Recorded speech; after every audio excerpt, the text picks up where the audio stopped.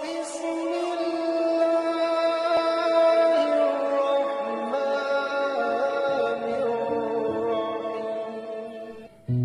అనంత కరుణామయుడు పరమ కృపాశీలుడు అయిన అల్లాహ్ పేరుతో. ఆయత్ నంబర్ 41. بسم الله الرحمن الرحيم. بل إياه تدعون فيكشف ما تدعون إليه إن شاء وتنسون ما تشركون. ఆయత్ నంబర్ 41. లేదు, ఆ క్షణంలో మీరు కేవలం ఆయన్నే వేడుకుంటారు. దేనికోసం మీరు వేడుకున్నారో ఆ ఆపదను ఆయన మీ నుండి తొలగించదలుచుకుంటే తొలగిస్తాడు. అలాంటి సమయాల్లో మీరు మాత్రం అల్లాహకు సహవర్తులుగా నిలబెట్టిన వారందరినీ మరచిపోతారు. 52. ఈ రకమైన ప్రశ్నలు దివ్య ఖురాన్లో అనేక చోట్ల వేయబడ్డాయి. ఉదాహరణకు అల్ బక్రా సూరాలో 165వ ఆయతకు వివరణ చూడండి. దీన్ని బట్టి స్పష్టమయ్యేది ఏమిటంటే, మనిషి మనసులో తౌహీద్, ఏక దైవోపాసన అనేది నాటుకుని ఉంది. అయితే మనిషి పరిసరాలకు, సావాసానికి ప్రభావితం అవడం వల్లనో, కుటుంబ ఒత్తిడి వల్లనో అంతరాత్మ ప్రబోధనని అణచివేసి బహుదైవోపాసన భావాల వెల్లువలో కొట్టుకుపోతుంటాడు. చిల్లర దేవుళ్ల ముందు తలవంచడమే గాకుండా వాటి పేరు మీద మొక్కుకుంటాడు. కానీ భయంకరమైన ఆపదలు నలువైపుల నుండి చుట్టుముట్టినప్పుడు అతనిలోని అంతరాత్మ ఒక్కసారిగా మేల్కొంటుంది. ఆ గడియలో అతను పూజించే చిట్టిపొట్టి దేవుళ్ళందరినీ మరచిపోయి నిజదైవాన్ని పిలుస్తాడు. మానవ నైజం వాంఛించే ఈ ప్రకృతి ధర్మం తౌహీద్ పైనే అతడు సదా నిలకడగా ఉంటే ఎంత బావుండు. ఈ ఆయత్ మొదట్లో అరఐతకుం అనే పదం ఉపయోగించబడింది. ఇందులో కుం అనేది సంబోధన నిమిత్తం వచ్చి చేరిన ప్రత్యయం. అసలు పదం అరఐత మాత్రమే, నీవు చూసావా అని దాని శాబ్దిక అర్థం. అయితే ఇక్కడ ఇది అఖబిరూని, నాకు చెప్పు, తెలుపు అన్న భావంలో ఉపయోగించబడింది. ఆయత్ నంబర్ 42. ولقد أرسلنا إلى أمم من قبلك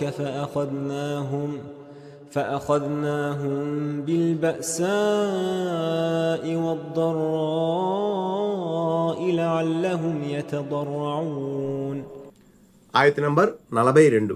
నీకు పూర్వం ఎన్నో సమాజాల వద్దకు కూడా మేము ప్రవక్తలను పంపాం. ఆయా సమాజాల వారు అణకువను వ్యక్తపరచాలన్న ఉద్దేశంతో మేము వాళ్లను దారిద్ర్యానికి, అనారోగ్య బాధలకు గురి చేసి పట్టుకున్నాం. ఆయత్ నంబర్ 43. فلولا إذ جاءهم بأسنا تضرعوا ولكن قست قلوبهم وزين لهم الشيطان ما كانوا يعملون. ఆయత్ నంబర్ 43. మా తరపున వారిపైకి శిక్ష వచ్చినప్పటికీ వారు అణకువను ఎందుకు ప్రదర్శించలేదు? పైగా వారి హృదయాలు కఠినమైపోయాయి. సైతాన్ వారి దృష్టిలో వారు చేసే పనులన్నీ మంచివే అని భ్రమపడేలా చేశాడు. 53. జాతులు నైతికంగా అత్యంత హీనస్థితికి దిగజారిపోయి వాటి మనసులకు తుప్పు పట్టినప్పుడు దేవుని తరపున వచ్చే హెచ్చరికలు కూడా వాటికి కనువిప్పు కలిగించలేవు. హృదయాలకు పట్టిన తుప్పు మూలంగా వారికి విషయం అర్థం కాదు. అందువల్ల వారు క్షమాభిక్ష కోరుతూ దైవ సన్నిధిలో చేతులెత్తారు. దిద్దుబాటు వైపుకు వారు రానేరారు. వారి మనసులలో పశ్చాత్తాప భావం కలగదు. పైగా వారు తమ తప్పుడు పనులను సమర్థించుకోవడానికి అందమైన ఉపమానాలు ఇస్తారు. వాటి చుట్టూ సుందర వలయాన్ని అల్లటానికి ప్రయత్నిస్తారు. ఇలా చేసి తమ కర్తవ్యం నెరవేరినట్లు మనసులకు సర్ది చెప్పుకుంటూ ఉంటారు. సైతాన్ వారి పనులు వారికి ఎంతో మంచివిగా అనిపించేలా చేస్తారన్న మాటలోని అంతరార్థం ఇదే. ఆయత్ నెంబర్ 44. فلما نسوا ما ذكروا به فتحنا عليهم أبواب كل شيء حتى إذا فرحوا بما أوتوا أخذناهم بغتة فإذا هم مبلسون. ఆయత్ నంబర్ 44.